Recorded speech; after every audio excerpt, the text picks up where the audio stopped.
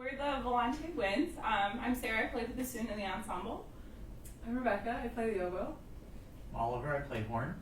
I'm Suyan, I play the flute. And I'm Waiki, and I play clarinet.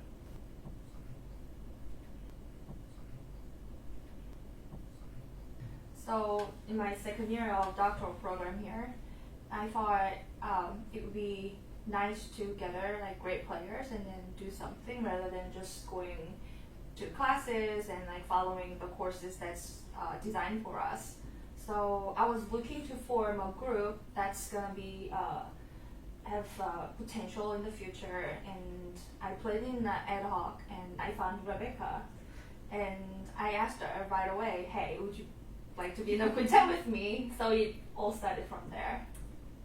Mm-hmm. And then progressively, as more people kind of just said yes to Suyan's idea, is how we each kind of took part in joining the ensemble. Yeah, the first concept of the group was to do the competitions. So we started. It wasn't? Wasn't? It was. Wasn't it? It was. It was. Maybe yeah. we didn't tell you. Sorry. I didn't get that memo. It was. Well, we had our first rehearsal or whatever. We just read a bunch of music, and the group just played really well together. So we were like, we should do something with this. I think that was in August of 2016. Yeah.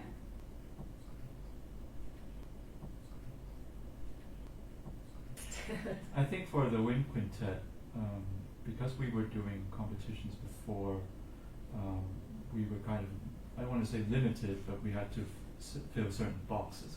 We had to pick repertoire that ticked those boxes in terms of genres and all that. But even within those, we try to play things that are a little bit outside of the standard, but still sound nice. There are many hidden gems in the wind quintet repertoire, like the Pils Serenade, Carl Pils Serenade that we played last year, or the Ricciardi potpourri on themes from Barber of Seville. Those were things that we played last year. We really enjoyed them, and in that sense, we are expanding our own ears in that sense. We also did the Nussin, and then played that with New Music Ensemble on their concert, not with them. Yes, the Oliver Nussin Three Little Fantasies, based on his song cycle of the Adventures of Winnie the Pooh. Surprisingly enough, that was quite the adventure. Playing music like that is always, in a way, it's a galvanizing force for us, because we really have to dig in and get into the fine details of the music to make it work. Otherwise, it just falls apart incredibly fast.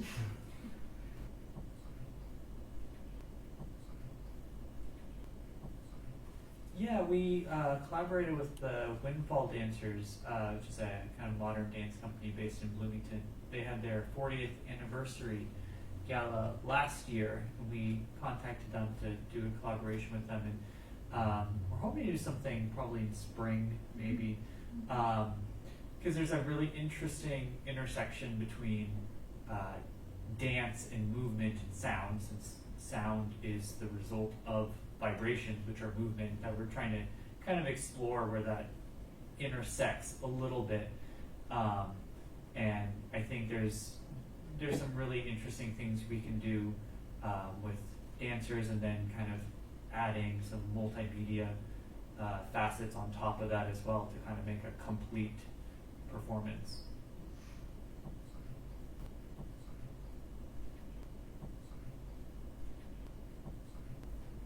Well, Windfall was definitely a part of the community.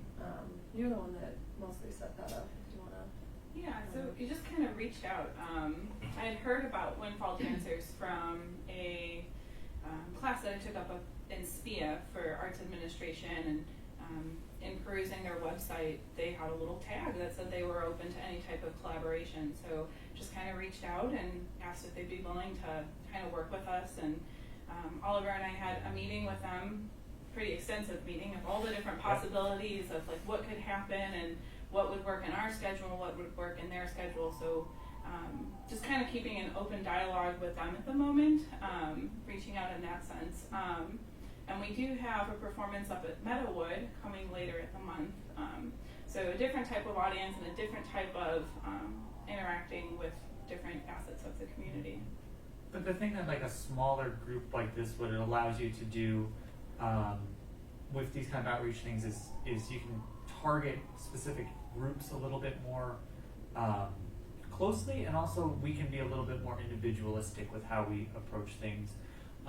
We have an upcoming tour planned for some schools throughout the Midwest, and one of the things we're excited about is to be able to work with other students, other colleges on like a one-on-one basis, and that's something that you really need the flexibility of a small chamber group to do. You can't, we all have a different perspective, we all play different instruments, and that allows us to show more because we all combine no more than one person would.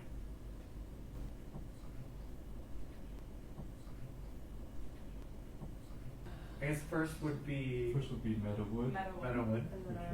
which is November 26th. Seven. Seven. Doing a recital at the Meadowood retirement home. And then we have a recital here at IU in Ford on the 30th at 7. So, And then we're doing, next would be the tour in February. We're going to a tour of Midwest colleges, doing some recitals and master classes there. So some smaller colleges and some larger ones like Bradley University, Yeah. University of Iowa, like And- all sorts of things. Yeah, and we're hoping not just to give some recitals, which I think is super exciting, but also be able to talk with the students about,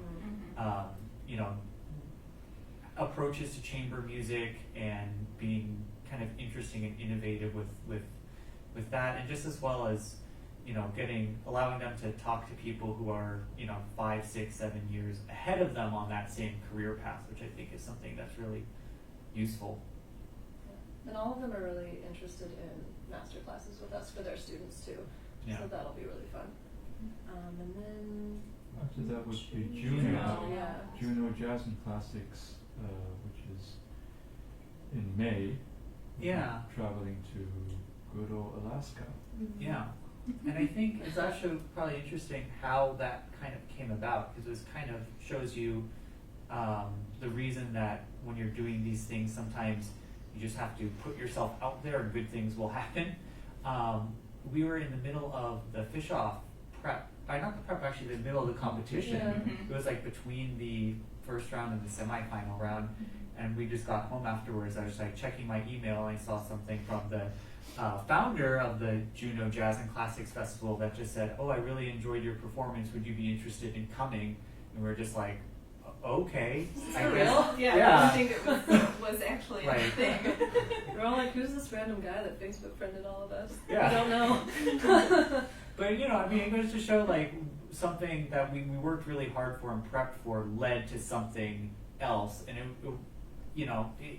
it wasn't intentional. It wasn't like Fish Off was a application for the festival. It was just something that we were doing good work, and somebody recognized that work and brought us in. Yeah. So we get to spend a week in Juneau. And a variety of recitals and kind of outreach programs in the Juneau community. Yeah. And I think I can't remember the name of the town that they're sending us to post festival. I need to look it up. But yes, We're puddle jumping to a very small Yeah. little island, like retirement type island, to visit a very small community. I can't remember the name of the island at the moment. I'm Yeah. so excited. Fresh fish.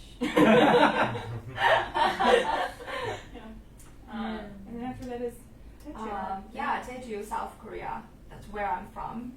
In August, from 8th to 16th. So they have International Wind Ensemble Festival every year, and they were looking to hire a woodwind quintet for this year, and then timely, I successfully contacted them with our profile, and then they really wanted to have us. Yeah.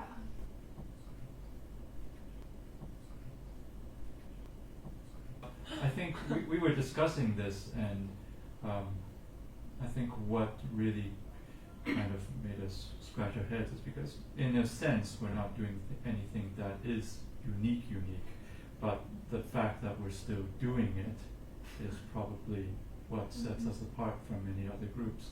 The quote that I said to them, was it yesterday? Mhm. Was it just last That night? was last night. Last week, yeah. It's supposedly attributed to St. Francis of Assisi, but supposedly it's debunked, but who really knows?